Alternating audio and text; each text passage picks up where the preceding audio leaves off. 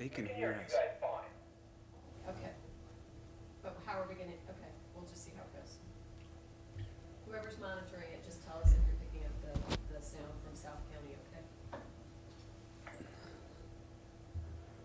Okay, we'll return to Ms. Graham taking roll call.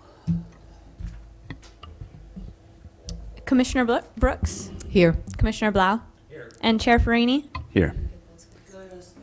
Um, Commissioner Brown, Here.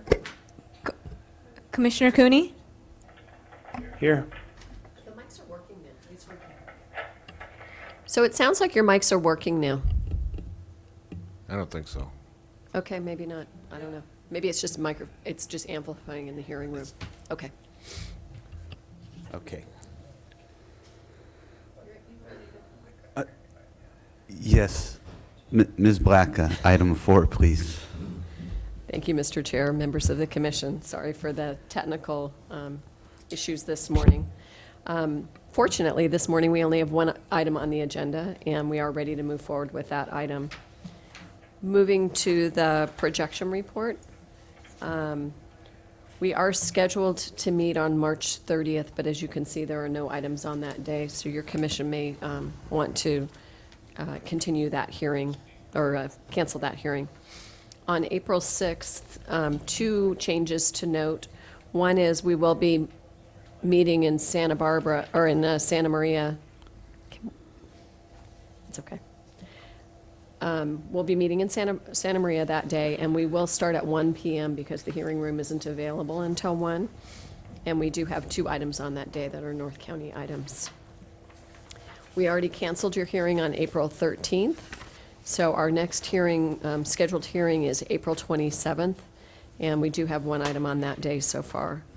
May 4th is also a hearing date of the commission in Santa Barbara, and at the moment, we don't have any items on, but we'll see and monitor that. May 11th, we have 2 items on, the Rancho Sisquoc Tier 3 Winery and the Orchid Hill, the PCEC project is on that day as well. May 18th is a Montecito Planning Commission hearing. May 25th, you've already canceled that hearing date. So your next hearing date will be June 1st in Santa Barbara, and then June 8th in Santa Maria. And there's 1 item projected for that day. I just have a question. Commissioner Blau. Is it appropriate that it's April 27th in Santa Barbara, or should it be in Santa Maria, since it's a Los Alamos project?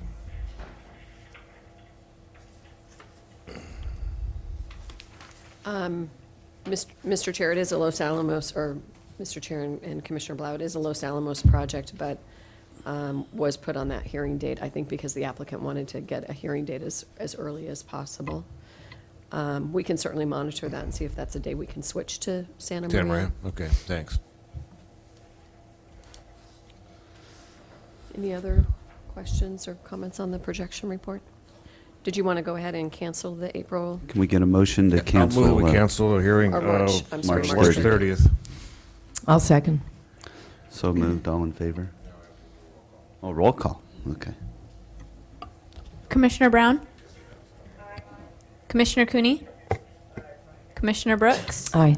Commissioner Blau, Aye. and Chair Farini. Aye, Motion passes 5-0. thank you.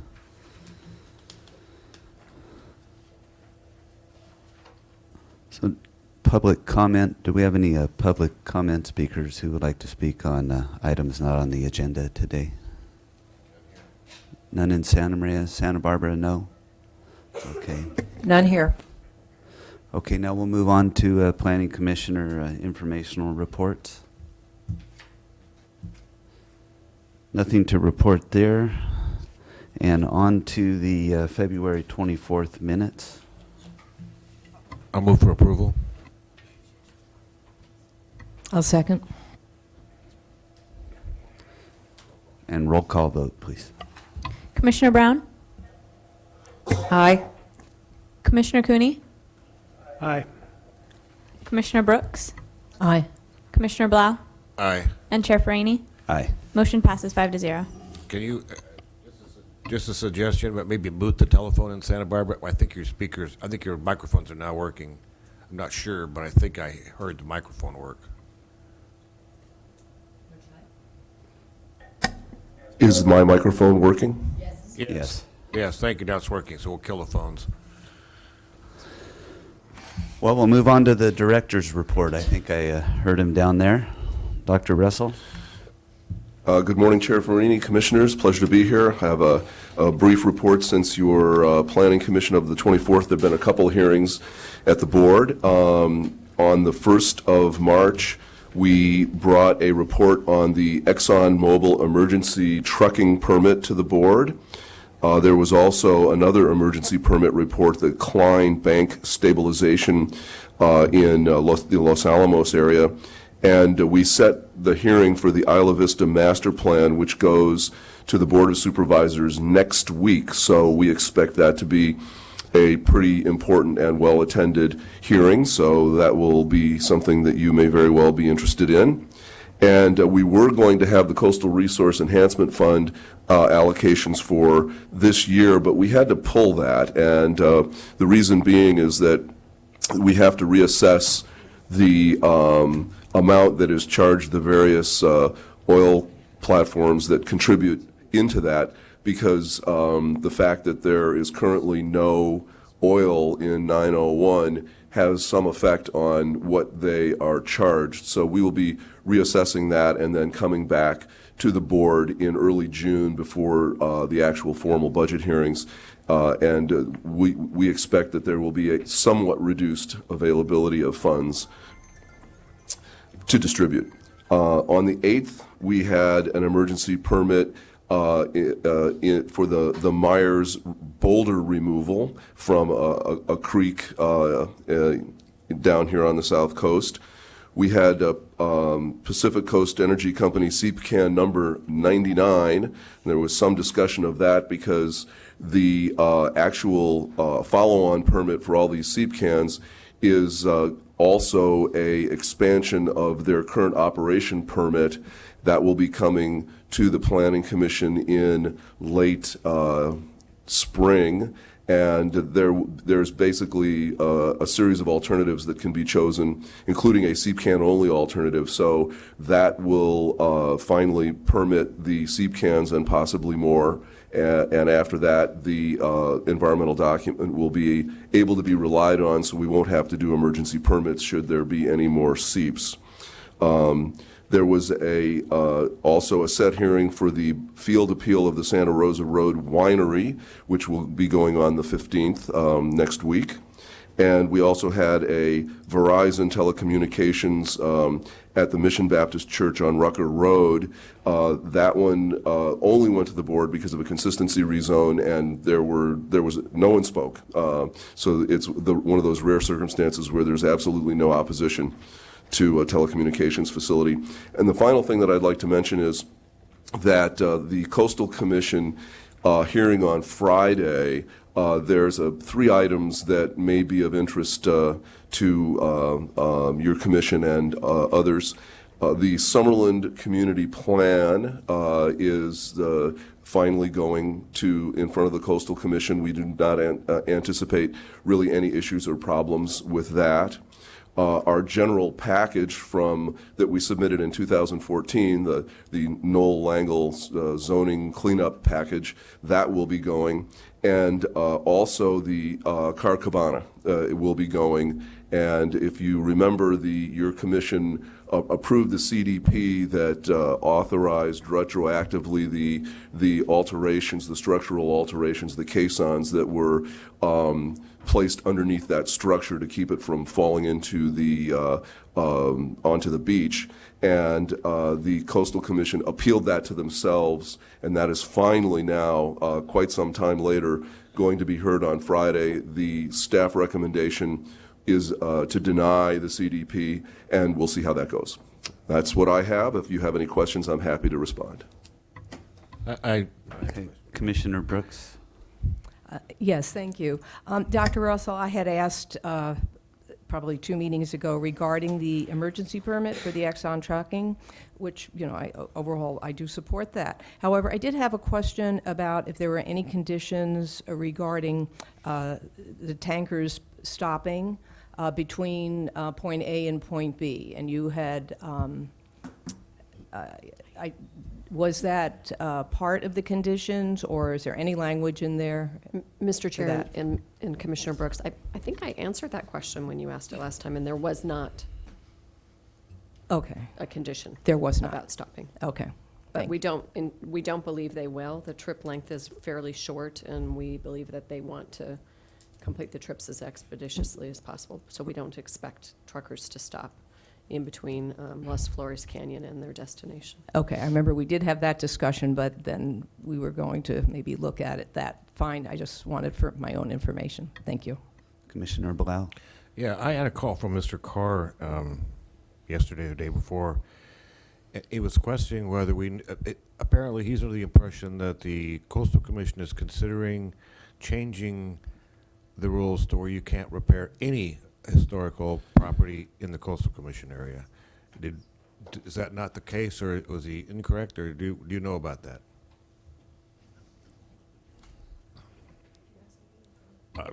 Anybody? Commissioner Blau,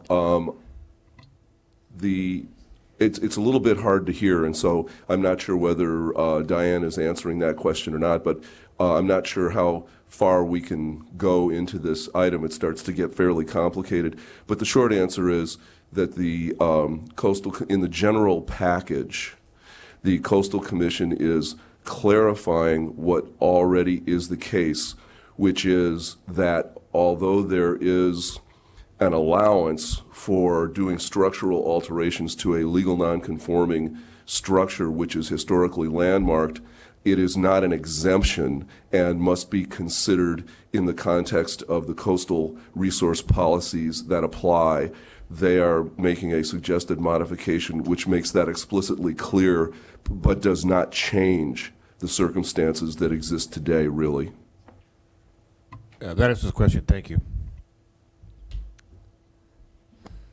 Okay, no questions from the South? No? Okay. None here. All right. Thank you very much.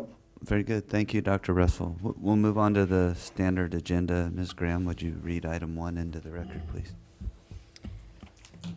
The following is the request of Paul Poirier, agent for the owner, Tatum and Shea Ltd., to consider case numbers 15 DVP-00006 and 15 CUP-00012, applications filed on May 22nd, 2015, and to adopt the negative declaration 16 NGD-00002 pursuant to the state guidelines for implementation of the California Environmental Quality Act. Thank you. Ms. Almy? Mr. Chair, I just wanted to report my ex parte. Oh, I'm sorry. Yes, ex parte. Okay, thank you. I met with the applicant's agent yesterday, Mr. Poirier. Anyone else? Yes, Mr. Chair, I had a conversation with the Air Pollution Control District staff member who worked on this matter. Her name is Carly Barham, yesterday afternoon. Thank you. Okay, Ms. Almy. Thank you and good morning. Stephanie Swanson is the project manager on this project and will be making the presentation for you today.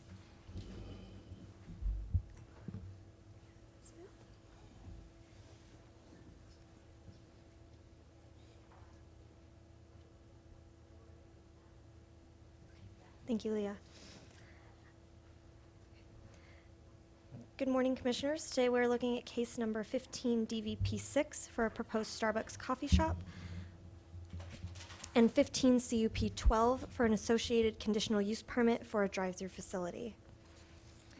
The project site is a 0.4 acre parcel located in the inland urban area of the Orcutt Community Plan. The subject parcel is located 1 mile west of Highway 101 and 1 mile east of Highway 135. The subject parcel is zoned CH and located at the intersection of East Clark Avenue and South Bradley Road in a commercial corridor of Orcutt. It is surrounded on 3 sides by parcels of the same zone and by a parcel zoned PI to the south. The residential zoning in the area immediately outside the commercial corridor is varied, with 10 R1 parcels to the north, 1 E1 parcels to the west, and DR 3.3 to the southeast. Now we're going to zoom in and look at the surrounding parcels. The proposed project includes the demolition of an existing 1,561 square foot commercial building currently used as a Domino's takeout restaurant. The existing commercial building would be replaced by a new commercial building with a drive-through. Please note that in the immediate vicinity, there are 6 drive-through facilities: 1 fast food restaurant drive-through to the north, 1 drive-through car wash and a drive-through ATM to the northeast, and 2 drive-through fast food restaurants as well as a drive-through ATM to the east. The drive-through paths are represented by the green arrows. The new commercial building would be a 1,693 square foot 24-hour Starbucks with a drive-through facility able to accommodate a queue of 10 vehicles. The drive-through queue would be similar to the existing drive-through facilities for fast food restaurants in the neighborhood seen on the previous slide. There would also be an outdoor dining area with bicycle parking. Stormwater quality, circulation, and air quality were all of particular interest for this project throughout processing. The project aims to increase the landscaped area of the lot by approximately 150% from existing conditions. The landscape plans have been reviewed by the North Board of Architectural Review and have received positive comments. The project also aims to decrease impervious surfaces by 28.1%. There is a Tier 2 stormwater control plan in progress that incorporates pervious pavers and bioswales into the landscaped areas to assist with irrigation. Prior to zoning clearance, the final plan would be approved by Project Clean Water. Finally, site circulation and air quality was a concern raised at SDRC meetings and codified in the mitigated negative declaration. The proposed project would eliminate a curb cut close to the Clark and Bradley intersection for increased vehicular safety, and pedestrian pathways from both Clark Avenue and Bradley Road are proposed to limit vehicular and pedestrian conflicts on site. Along with the landscape plan, the preliminary elevations have also been reviewed by the NBAR and received positive comments regarding the height, materials, size, bulk, and scale of the proposed project. Although the proposed project would be 2 foot 2 inches taller than the existing structure, it would still be compatible with the surrounding neighborhood and compliant with zone district standards. Please note that signage is not included at this time, as a signed certificate of compliance would follow approval of the development plan and conditional use permit. Lighting was also a concern due to the 24-hour nature of the proposed project. A lighting plan seen here was prepared and reviewed by the NBAR to ensure there will be no light trespass from the property. The nearest residence is approximately 400 feet to the west from the building footprint of the proposed structure and is currently shielded from the subject lot by landscaping, fencing, and other intervening commercial buildings. The drive-through aspect of the proposed project is compliant with the first LUDC development standard for drive-throughs, as it would be accessory to the allowed commercial building. The air quality supplement to the comprehensive plan land use element adopted in 1981 and republished in 2009 discussed reducing CO levels in the county.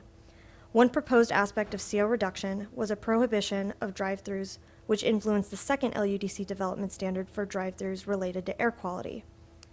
In April 2015, the Air Pollution Control District published a document entitled Scope and Content of Air Quality Sections in Environmental Documents, in which the department states that localized CO impacts associated with drive-through project traffic alone are not expected to exceed CO health-related air quality standards.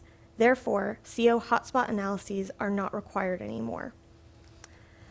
The County Environmental Threshold and Guidelines Manual also states that CO modeling should be done when a project would contribute 800 new peak hour trips. With 254 new peak hour trips for this project, with or without the drive-through, the proposed project does not require CO modeling. Also of note, the APCD describes the best available science to compare a project with or without a drive-through as highly sensitive to the assumptions used and in most cases is speculative. Accordingly, in their department condition letter, APCD suggested the use of a traffic study and correlating CaliMod software review to demonstrate air quality impacts. The air quality analysis concluded that pollutant emission levels would be between 20 and 25% of county thresholds for ROC and NOx emissions, and approximately 3% of the county threshold for PM10. Therefore, the emissions generated by the proposed project would be well below county thresholds. A mitigated negative declaration was circulated from December 24th, 2015 to February 3rd, 2016, with no comments or questions from the public. The MND included one required mitigation measure related to construction hours, consistent with the Orcutt Community Plan, and two recommended mitigation measures related to stormwater quality and transportation. Both the stormwater and transportation mitigation measures were incorporated into the appropriate department's condition letters. All required and recommended mitigation measures from the MND would be incorporated into the development plan's conditions of approval. All applicable findings for MNDs can be made. The project would be consistent with all applicable findings for development plans and conditional use permits within the Orcutt Community Plan and CH Zone District. Furthermore, the permit would be conditioned appropriately to ensure the project would be consistent with policy and development standards. And to conclude, P&D recommends that the appropriate findings be made, the mitigated negative declaration be adopted, and the project be approved. That is the end of my presentation, and I am available for questions. Thank you. Questions of the commission? No questions. Okay. We'll move on. Chair Farini, I don't Yes. know if you can, I do have a question. Okay. Of Ms. Swanson. Actually, a couple. Ms. Swanson, are you aware of the timing of the installation of the drive-in operations surrounding this particular intersection? I think you said there were 6 others in the immediate area. Commissioner Cooney, I did not verify the permit history for each of those drive-throughs, no. I just don't recall any of them being approved in my time on the commission, but I could be wrong about that. The second question is, with respect to the finding that we need to make in order to approve the drive-through window conditional use permit, it does say that we find that these 2 standards you mentioned from the zoning code, section 3542-130B, have been met. And so I'm just wondering, in your recommendation, where the basis comes from for us to find that a drive-through facility shall have no greater adverse impact upon air quality than the same use without the drive-through facility. We have no studies that show us that that's the case here, do we?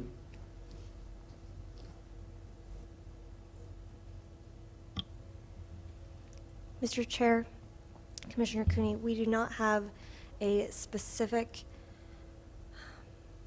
quantitative study for this project in particular.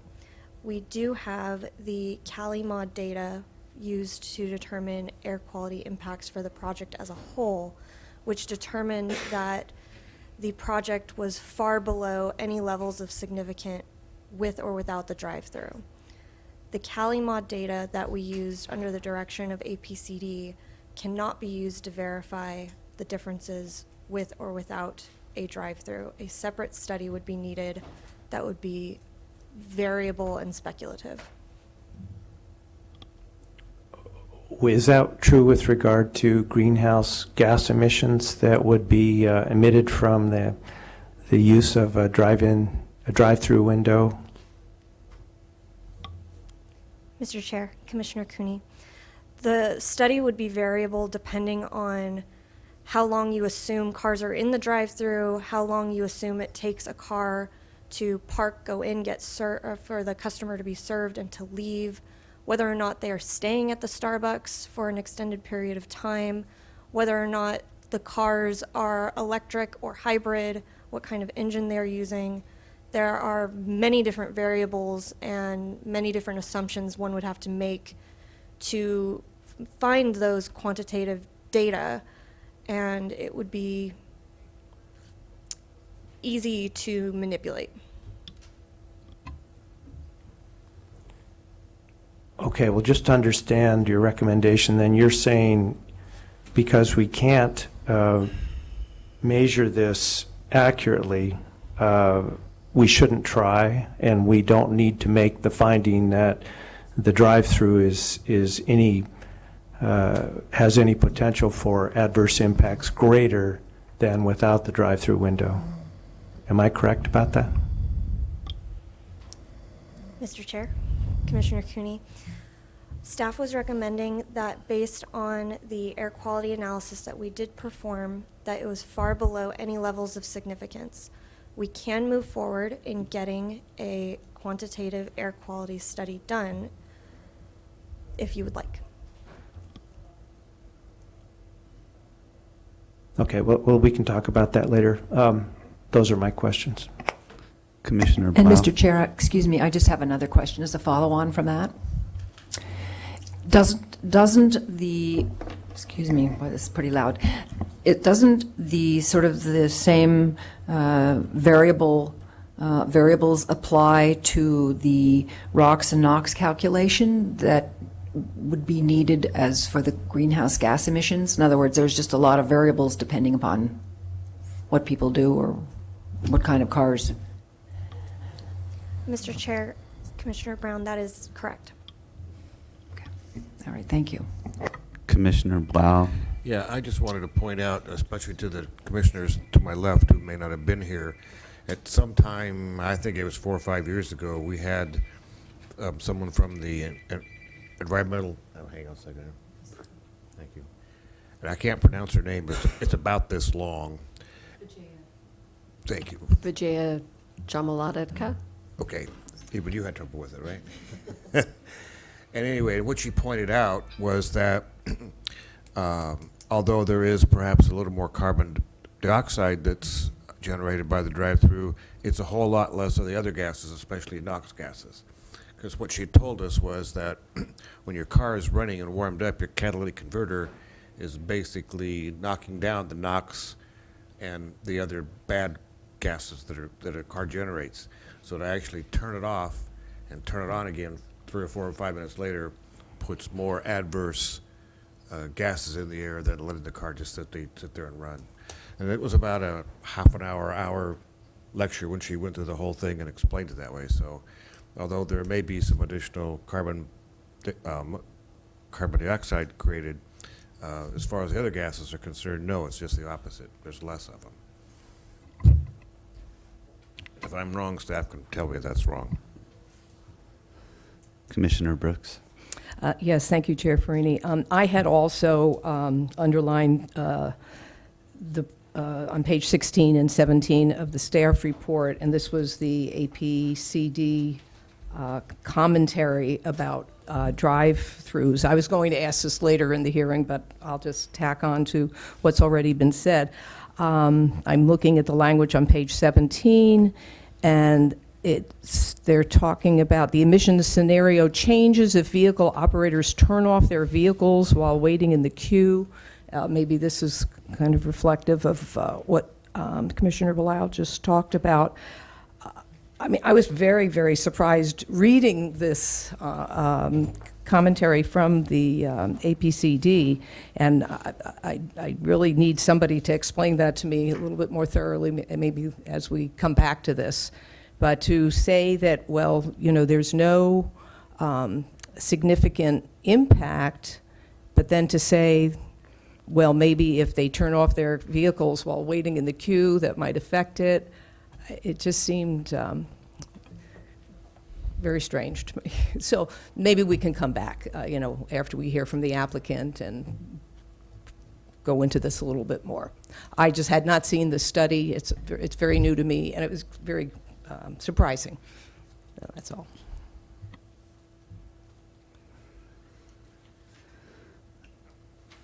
Okay. I have a question for staff. So on the air pollution aspects, part of your punch list is you go to APCD and get their input. And do you look to them as the authority, or is it that the county planning staff is the authority on the air pollution issues? Mr. Chair, the project is reviewed at SDRC, which includes the APCD's input. They do send a condition letter, and for this project in particular, the CaliMod data was run with APCD staff giving input to the numbers to be generated, or to be input into the software to generate the air quality analysis, and we discussed it together to determine that all emission levels were far less than significant. We do look to APCD for input on all of these kinds of projects. Okay, thank you. Ms. Blatt?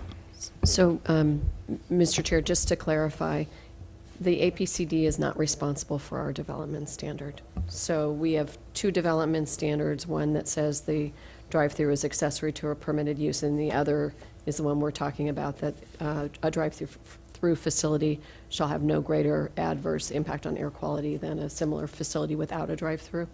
They have guidance on that, but they are not required to make that finding. That's our finding in our zoning ordinance. Thank you.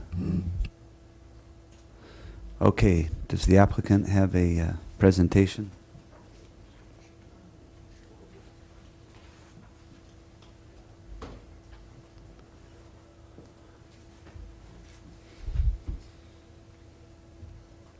Good morning, Planning Commission. My name is Matthew Bush. I represent the owner, Tatum and Shea Limited. As discussed, thank you, Stephanie, for a great presentation. As discussed, this project is demolition of an existing Domino's Pizza in replacement with a Starbucks drive-thru. We're adding 132 square feet. We're really excited to be a part of the community. We think this will be a beneficial use for the community. Starbucks is really excited to be here as well, and we think Paul has designed a really great-looking building, and we're adding pervious pavers and landscape area, which is a benefit for stormwater. And we believe that with Paul will show in his presentation, we have done some studies that show, Paul has done some studies that show that the drive-through use actually produces less greenhouse gas than a standalone restaurant or use where people are parking and going into the store versus using the drive-through. That's what I have. Thank you.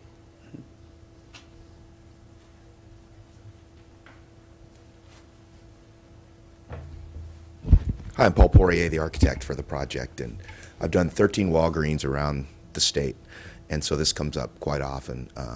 Jurisdictions are concerned about the air pollution that would be caused by people going to a drive-through pharmacy. I mean, there's many other medical benefits of having a drive-through at a pharmacy. Sick people don't need to go and be in contact with other people inside the store. But that aside, actually, I was surprised to find out that some studies that were actually done for the McDonald's in Goleta, this study that McDonald's at Glen Annie and Hollister, which I'll send some copies around. And Patrick Hausch, if you're in Santa Barbara, if you can run the October 20th report over to Cecilia and Mr. Cooney, they can take a look at that. And I'll just pass this around so that maybe we get the science behind drive-throughs and the different kinds of pollutants that come out from cars, whether you park, go in for a 15-minute transaction at a place, or you drive in the drive-through, say for McDonald's, where they said it would take about 3 minutes and 50 seconds, I think they say, to go through the drive-through process on average. And I just found this out, after 5 o'clock last night, that you might be concerned about this. So luckily I'm a hoarder, so I had these old reports from doing a Walgreens on Cali Real that used to be in the county and finished up in the city of Goleta. But if you look at the first page, you could see that Vijaya and everybody else from APCD was copied on this report for that McDonald's, which actually never got built for other traffic and pedestrian access reasons. If you go to page 4, which is about 8 pages back, there's a table that shows that the average drive-through queue time was 3 minutes and 53 seconds. And Starbucks currently has a 50-second transaction time, and they're trying to shoot down to 30 seconds because you can now order your coffee via your iPhone and pay for it online and just drive up and pick up your drink. So they're shooting to get down to 30 seconds per transaction. And we just got some emails that at their peak, their time frames are matching what this average was. So we can assume that the average time for a drive-through would be less than this McDonald's. And if you turn the page to the next page, you can see the summary on page 5 of the ROG, the NOx, and the CO emissions in winter and summer, based on whether you park your car and turn it off, and the cold start on the car after you park it for, say, 15 or 20 minutes creates more pollution than if you just idled in the drive-through for 3 minutes and 50 seconds, as Dan was talking about. So this is the science behind that, and sure, we could get you a report that says it'll be the same or better in Orchid. Our store is much smaller than this McDonald's, so the amount of people there will be less. Actually, as part of some of the transportation gyrations we went through in the last 12 months to make the transportation department happy, we reduced the size of the building from 1,850 square feet down to what the current square footage is, which is 1,200 and change. So we shaved the building down, so the APCD report actually overestimates the other traffic emissions for the building because we reduced the size in order to make the transportation department happy with the way the flow went and to meet a smaller Starbucks prototype to give more room for the stormwater quality and other things we did on the site. So I hope this at least helps out with the issue everyone's jumping to. But other than that, we're really excited to deal with this project. I've worked on this site, I think, for 3 different clients now. Initially, some people approached me to build something there, and the site's very difficult. It's very tiny, and always the cheapest and best option for those clients was just reuse the existing gas station building, which doesn't really leave much for the community of Orchid to look at. I think with this project, we finally have a great tenant. We have really designed a really nice building that's going to up the bar a little bit on the aesthetics of the building. Has the stormwater Tier 2 elements included, beautiful landscaping by Kevin Small at Plain Air up here in Santa Maria. So we're really proud of the way the project's going to look. So hopefully we can get behind this thing and move it forward. Starbucks is really anxious to get this thing underway, as is the developer, and we're all locked, loaded, and ready to go. So I guess I'll just respond to any other questions after you have your comments, if there's anything we can help you out with. So I don't know, did you guys down in Santa Barbara get a copy of that October 20th report? Commissioner Brown? Yes, we did get a copy, but unfortunately, it only has CO. It doesn't have any information about CO2. I have a question for Mr. Poirier, if now's the appropriate time, Mr. Chair. Commissioner Cooney? Mr. Poirier, do you have any information in your possession about the number or percentage of Starbucks restaurants that have drive-through facilities as opposed to those that don't? Matt? Currently, Starbucks is not planning. Because you're on TV. We don't have exact calculations. Starbucks is making a push to get away from any new construction without drive-through uses. I'm sorry, I didn't hear that last part. Without what? Without drive-through. In other Okay. words, So- Starbucks is considering moving forward only with drive-through restaurants or drive-through locations, except for really pedestrian-oriented places like an airport, where there's no drive-through option. So I read something last night that talked about 35% are currently in place, but that's year-old information. Does that sound consistent with your understanding? That's 35% without drive-through? 35% with drive-through. If I were to guess, I'd say it'd be the other. I'd say it would be 35% without. I just don't have the figures. I'm sorry. Right, right. I understand. We're both without the figures, so that's a question I'd like to see answered, but we can talk about that later. And Mr. Chair, I have a question for Mr. Poirier, too. Yes, Commissioner Brown. Okay. All right, thank you.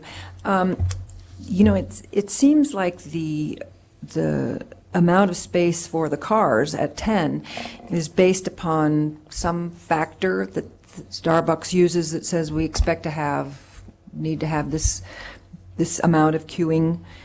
Can you just describe why that number was used? It seems like it's sort of a lot compared to some of the very few Starbucks I've ever seen. There've never been that many cars in the queue, even at peak. We'd agree with you.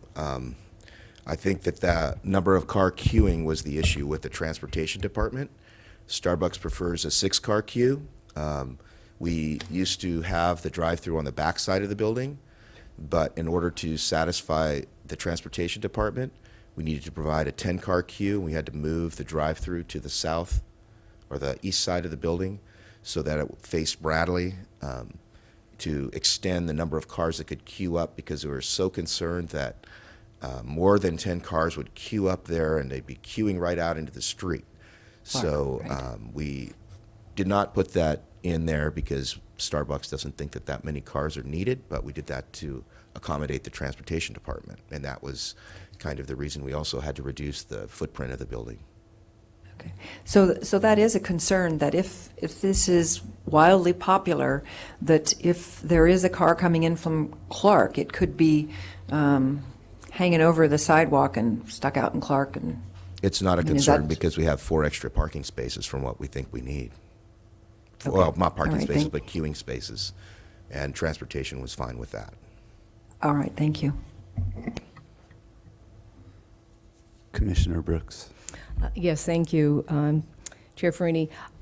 I just came in past the Starbucks at the next shopping center, and now that is part of a larger shopping center, unlike this project, which stands alone, and I think maybe the issue won't be as drastic. But I know over here, the cars in queue prevented other cars from parking, so I waited until that cleared out. And I know in one of the Starbucks in Lompoc, where I live, it is also a problem that the queues in Lompoc, small town that we are many times 10 cars or longer, and those extra cars are out preventing the through traffic.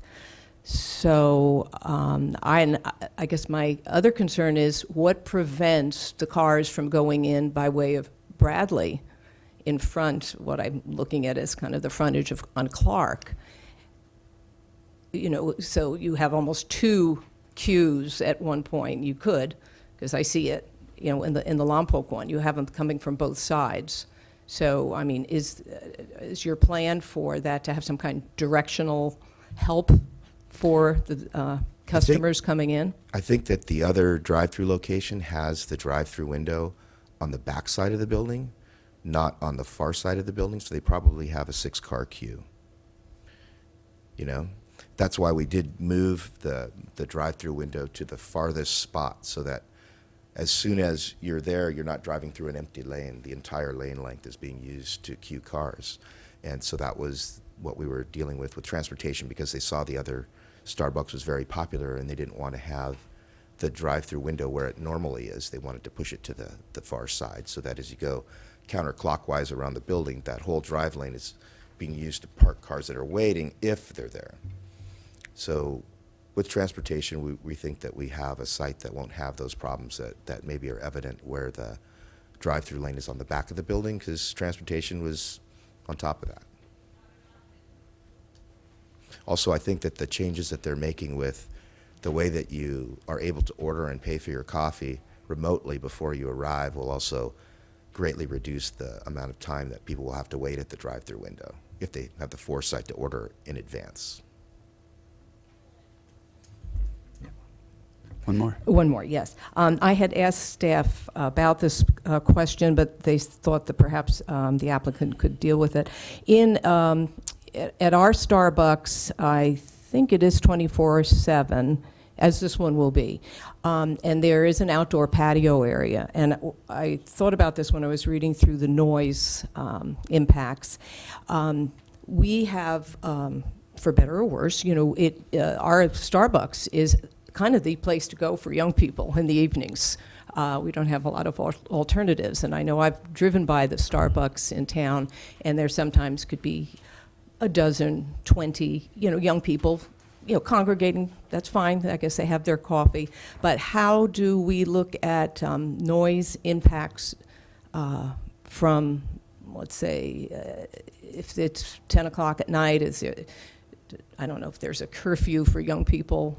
And it could be older people, too. I'm just saying, there are customers that are out in the patio area, and it can be a congregation area. So what is your corporate policy about that, especially if it would go beyond, let's say, a 10 o'clock curfew?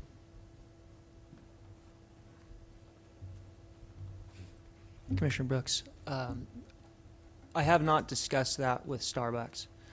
What I think, and what is the case in a lot of 24-hour restaurants with outdoor seating, they limit patio hours to a certain time, and I believe, if required, Starbucks would be amenable to that. Okay. So is that something that staff, that we could condition perhaps today, or we can look at that? Mr. Chair, Commissioner Brooks, that is something that we could look at and include. Okay, thank you.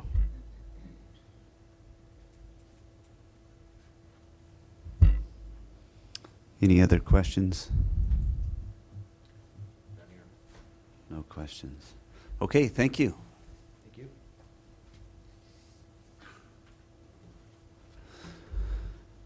Okay, we ready for deliberations? Mr. Chair, are there any public comments in Santa Barbara or?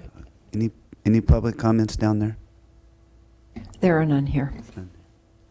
Being none here either, we will close the public comment period of the hearing and move on to the commission.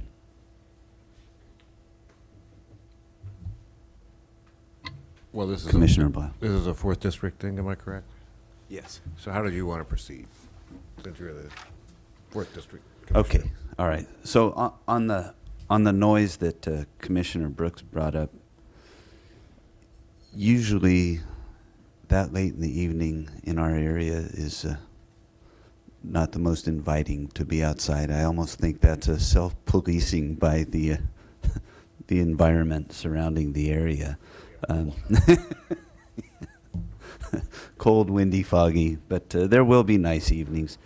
I'm not really concerned about that. I appreciate the study that was introduced by SAIC on the Goleta facility. I think that agrees with what Commissioner Blau was saying. However, it does not have the CO2 that Commissioner Cooney was looking for. I'm ready to move forward with the project. I think it looks good. I look forward to hearing comments from fellow commissioners. Commissioner Blau. Yeah, I'm ready to move forward also. I think it's going to be a great project for the area. Glad to see the old Domino's building go. It is pretty darn ugly that sits on that street, and it's just going to make everybody real happy. Commissioner Brooks. Yes, thank you. I, too, think it's going to be a great improvement to the area, but I do have a few other concerns that I don't know if other commissioners want to chime in on. Might be just my own little thing. If we did the, I don't know if anybody else is interested in the noise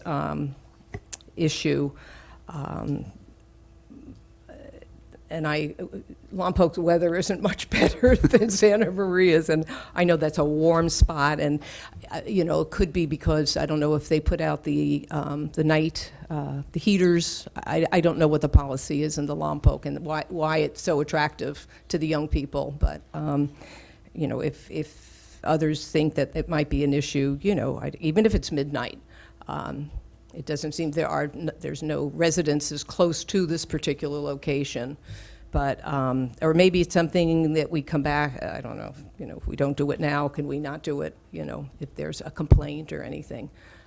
Again, it was just something that, I was curious about.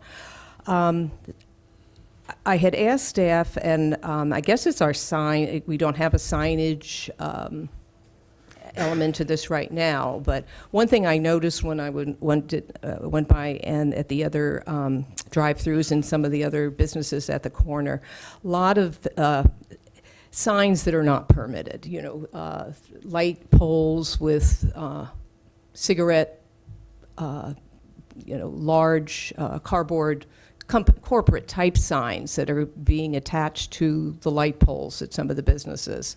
So is this just, would the county policy that it exists prevent this anyway, or is this something we would have to put into, perhaps a condition that, the signage, the marquee signs, whatever, comes forward, that there would not be additional signage, let's say, attached to the light poles. I don't care about, like indoor signs on the windows, but it's those outdoor signs and yard signs type things that get stuck into the landscaping. And I see that at our Starbucks, although it's not as common as in some of the other businesses. But I just want to make sure that that doesn't happen, at some future time. So I don't know how that could be addressed by staff. Mr. Chair, Commissioner Brooks, the applicant has a sign certificate of compliance case type in now that would follow approval of the development plan and CUP, and it would specify the signage that is approved. If somebody were to put up unpermitted signage, that would constitute a violation that would need to be reported to be acted on. So our county ordinances would take care of that. It should. Okay, thank you. Okay, one last thing. I was looking at the waste management section of this, and I'm totally fine with the on-site management for recycling. With drive-throughs, what about off-site waste management? We have Adopt a Highway programs. We have a program within the county, for litter. And is there anything in the regulations that would provide for some kind of monitoring of off-site, or is it once you leave the site, it's out of everyone's control? I mean, has that ever been considered for drive-through? And maybe I'd love to see it happen someday. Mr. Chair and Commissioner Brooks, I don't believe that we've ever approached a littering issue that way from a drive-through. It's nearly impossible to control, from a land use perspective, to control what people do with waste once they leave a particular site. So I don't really know how that could be addressed in the context of this project. It is against the law, so. Okay, well, maybe the corporate could look at sometimes, we do have all kinds of Adopt a Highway programs, and we do I do adopt a highway. I have 3 different highway cleanups every other month, so maybe the corporate could look at, adopting stretches, in the vicinity, let's say, along the highways, near their Starbucks. Just a pet peeve of mine. Thank you. Commissioner Brown? Thank you, Mr. Chair. Appreciate Mr. Poirier bringing these reports, although they don't really deal with greenhouse gas emissions, it is interesting to read various scenarios that they use to determine the ROx and NOx and some of the other things. And I'm just wondering, what is, Ms. Swainson indicated that it would be possible to get something similar that includes greenhouse gas emissions so that we'd have some understanding of what they are or they're not, or some better idea than sort of a nothing that we have at the moment. Ms. Swanson. Mr. Chair, Commissioner Brown, it is possible to get that kind of study, and if the commission desires, so we can do that. Well, I think it might be helpful just to give us some baseline. These are very old reports. They're 16 years old, and a lot has happened, not only with technology in cars, but certainly in other areas in greenhouse gas emissions that might be valuable for us to know. So I think I'd be willing to see if the rest of the commission is interested in doing that. Commissioner Cooney. Thank you, Mr. Chair. My problem is narrow in the context of this application. It is with the conditional use permit, not the development plan. I thought the plan was well thought out. The pedestrian pathways, other issues have been carefully thought through. But turning to the conditional use permit and the requirements for it, I really feel that we need to have more input. What we have received in our staff report from the Air Pollution Control District, a lot of it is referring to other air constituents rather than greenhouse gas, and greenhouse gas is lumped in the staff report to say there's no significant environmental impact report. But that's not really the point. To me, if you read our own APCD website studies, there is advice specifically that we should drive toward a more car-free lifestyle. And one of the things we should do is never idle more than 30 seconds at a time. And this is in our own county document. But if you go to the state Air Resources Board or the EPA at the national level, it's repeated over and over again. Idling cars create greenhouse gas.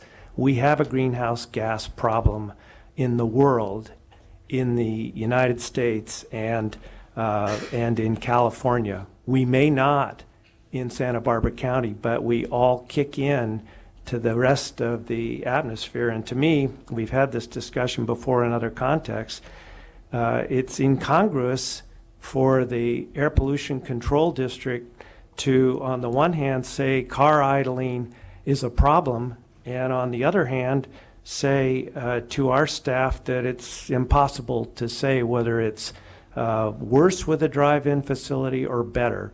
And so I talked to APCD, and rather than present that hearsay evidence, I would like to have this matter continued until they can be present and testify, and we can have a study that's before us that would assist us in making the finding we're asked to make today, that this facility would be no more damaging to the air quality than it would without the drive-in facility. I personally don't think I would be convinced, but I'm only one commissioner, and in any event, I'm open to looking at the study that we should have before us.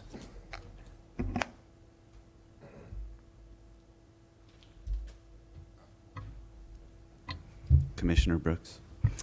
Yes, thank you, Chair Farini. I think I would support Commissioner Cooney's idea of maybe continuing this. Again, I go back to page 16 and 17 and reading this language, and I did not go as far as contact somebody directly in APCD, and I should have, because I was thinking, well, some of these questions that I had, you know, in wanting to get some of this information clarified, whether, you know, a drive-through, regardless of whether it's a drive-through or not a drive-through, it's the same, or it's not going to be significant in its impacts. And, you know, I think, you know, I would like to get that information and feel very comfortable. And if there is science that shows that, you know, I'd like to see, you know, have APCD come and, you know, show that to me. So I would support a continuance until we get that information. I support the project. It looks great. It's going to be an improvement. But, you know, if there's 5 drive-throughs in that intersection already, and maybe there's a possibility, you know, I don't know when those were approved. I know we put a drive-through, we had a drive-through bank that became a drive-through, you know, fast food. And, you know, I don't remember, I'm sure there were hearings, but I don't know if that was ever studied. But, you know, I would support Commissioner Cooney's idea for a continuance and to get APCD here to explain this to us. Commissioner Blau? Yeah, I would not support a continuance. I think we need to move this project forward. However, I would support directing staff to come back at some later date with that analysis. I mean, what you're talking about here, I think, is to prohibiting any more drive-throughs in Santa Barbara County. And that's, if you determine that the pollution from drive-throughs is going to be adverse to air quality, then we need to make that determination countywide, not project by project. I don't think it's appropriate for Mr. Poirier or his client to fund a study or be held up or anything else to do that. What you're talking about is having findings for every project that's going to go forward that says, no, you can't do a drive-through. It's got to be a park your car and stop it. So I don't think we should hold these people up for that purpose, but I don't mind having ACPD come back and give us another briefing on that. When I've had mine, I understand she was quite clear in her earlier discussions. It is more adverse to the atmosphere to turn the car off and turn it back on again than it is to let it run idle. It's real clear. I mean, she made the statement, it's, okay, so you're going to get a little more carbon dioxide, but that's not nearly as adverse to the atmosphere as the NOx gases and the other things that are so bad that a catalytic converter burns up rather than pollutes. So, Mr. Chair, if you're prepared to make the motion, I'm prepared to second it and vote on it. Thank you, Commissioner Blau. Yeah, after listening to staff, I think that they followed the guidelines and that we have to be able to trust in APCD and that the record that they've built over the years and the presentations that they've given to this board or commission. So I am prepared to move forward. It sounds like I don't quite have the votes, but I think this project should go forward. It's a good project that the community could use. Overall, the community will win getting this project in place. I think it's a good idea to have APC to come back. I don't know if that needs to be a part of the motion, but I'm ready to move forward as well. So I think I just did make the motion, okay? If you're moving for staff approval, I'll second it. Moving staff recommendations to go for it, I'm seconding it, yes. Yes. Mr. Chair, I think as much as we all like the project and what it's going to do for the community, I think it's imperative that we hear from APCD and have further information before we make that decision. I think it's helpful, but it's sort of useless to hear afterwards. And this is not about an attempt to stop drive-throughs. I think it's our duty to understand what the significance of the greenhouse gas emissions are from this project. So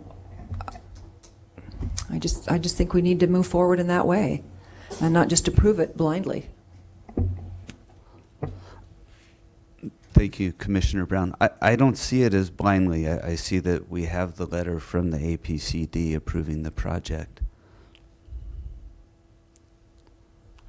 Well, Commissioner Freeney, I agree that APCD issued a letter, a condition letter, which doesn't address the entire matter of greenhouse gases. The only place we hear about APCD on greenhouse gases in our current staff report is what staff has excerpted from a document which is outlined and described on page 16 of our staff report. It's called Scope and Content of Air Quality Sections in Environmental Documents.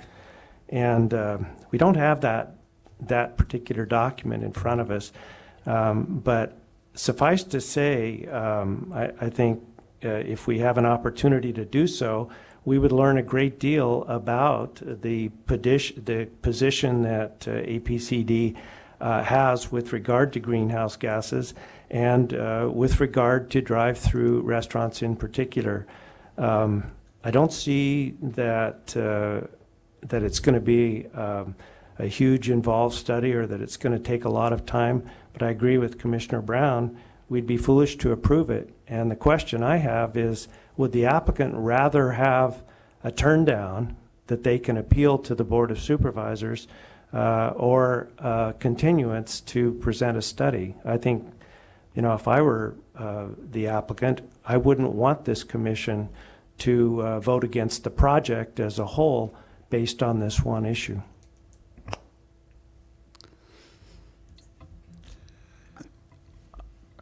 Ms. Black?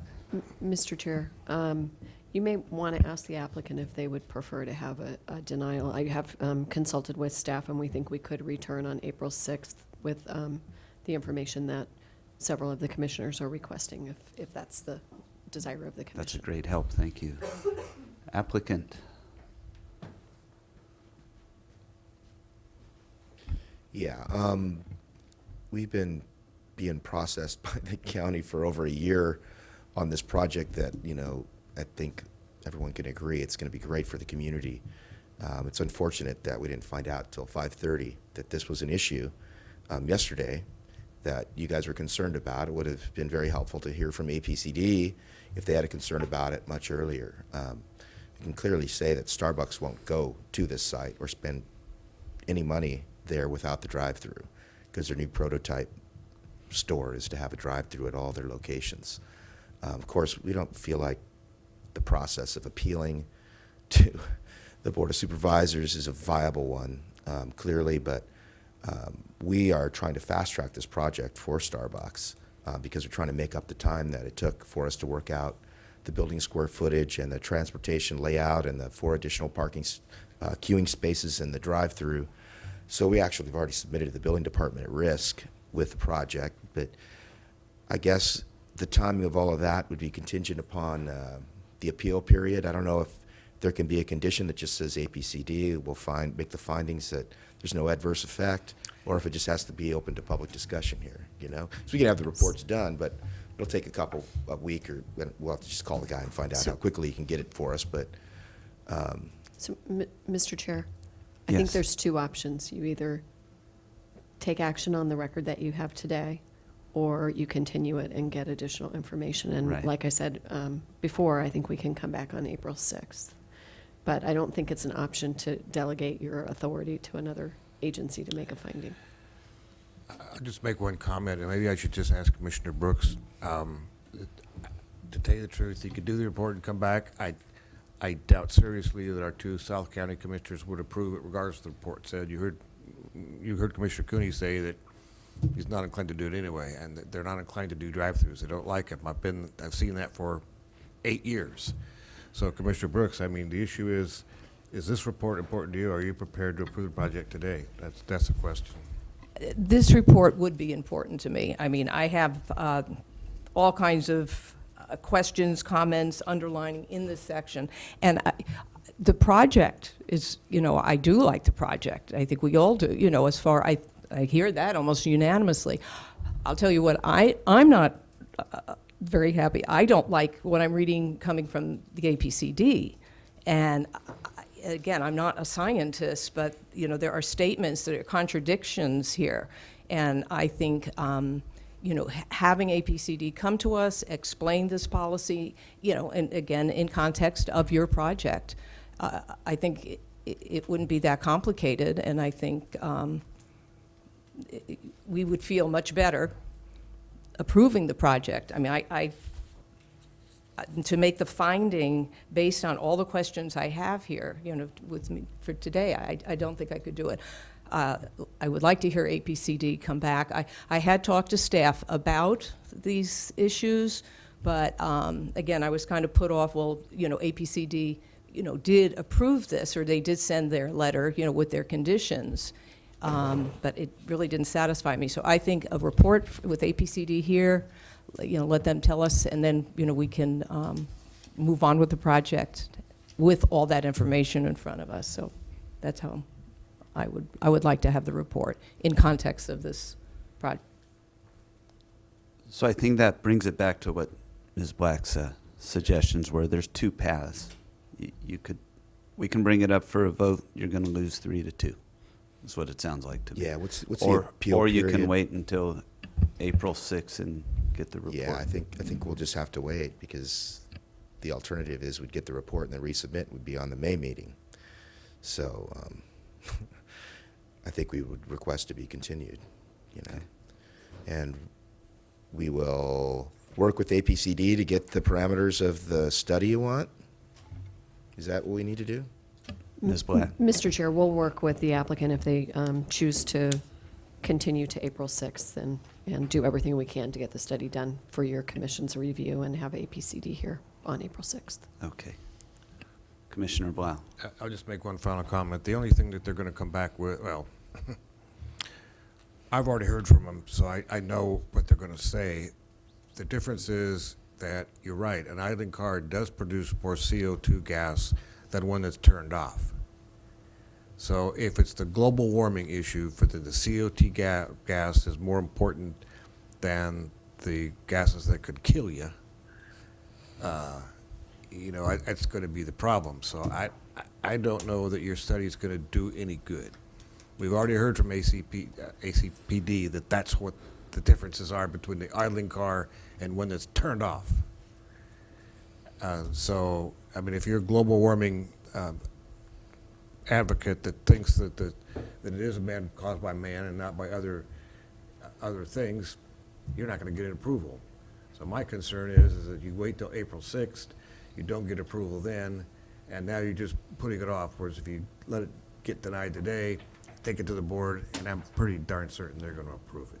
Well, there's some other things on site. There's bike racks, so we'd have to calculate how many people ride a bike instead of driving a car, what the average distance somebody would drive to the facility from, how much carbon that saves versus idling in the drive-through. We have a mandated carpool parking space. How many people are in the average carpool? How many pounds of carbon does that divert? I mean, It's your choice. If you want the continuance, I'll support the continuance. If you want the denial, we'll get you to the board quicker. I think we'll try the continuance for starters, and hopefully we can satisfy the board, because I believe that it'll be better. Great, then I'll withdraw my second so you can make a different motion. Okay, so I'll withdraw my first motion and I'll move for a continuance to April 6th so that we can get the APCD reports. Good enough? I'll second that motion. Okay, thank you. And vote, please, Ms. Graham. Mr. Chair? Yes, Mr. Comment on Tillman. the motion, just to be sure. I certainly support the continuance motion, but it isn't an APCD report per se that we're looking for. It's a report from the applicant, I would assume, subject to review by APCD. And then, of course, once we all have the report, we can discuss at our meeting with APCD what their views of it are. I do see this as a learning experience for us. And, you know, to say I'm concerned about greenhouse gas emissions is accurate.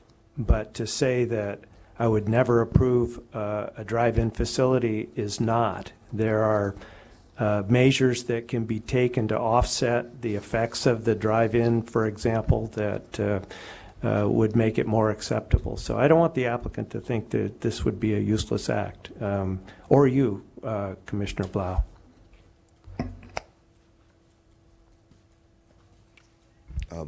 I have a question for the Planning Commission. If you guys would be looking at this purely from a new building with drive-through impact, or existing building to new building with drive-through? Because we could show reductions in. Mr. Chair? Yes. I'm going to Ms. Black. stop this Okay. discussion. Yeah. We'll Okay. work with you on that issue. Okay, I'm going to amend my motion. It will be a staff report, but I wanted to make sure, I thought I heard Commissioner Brown ask that APCD be present at the next meeting. So that would be my amendment to So, this new motion. So, Mr. Chair, our intention would be to bring the air quality study necessary to address the finding number 2 for drive-throughs, and to invite APCD to attend your hearing, Great. to request they attend your hearing. Commissioner Brooks, you still on board there? Yes, I will second the amended Okay. motion. Thank you. Now we'll vote. Commissioner Brown? Aye. Commissioner Cooney? Aye. Commissioner Brooks? Aye. Commissioner Blau? No. And Chair Perini? Aye. Motion passes 4-1. Okay, and with that, we'll adjourn. Thank you. And our next meeting will be on April 6th. On April 6th. Here. Here, At 1 o'clock. at 1. Yeah, we have already, Yeah, March I think you 30th. canceled the March 30th already, right? Yeah, Did we take a Commissioner Blau motion? did. Okay, great. Okay. Thank you. Okay.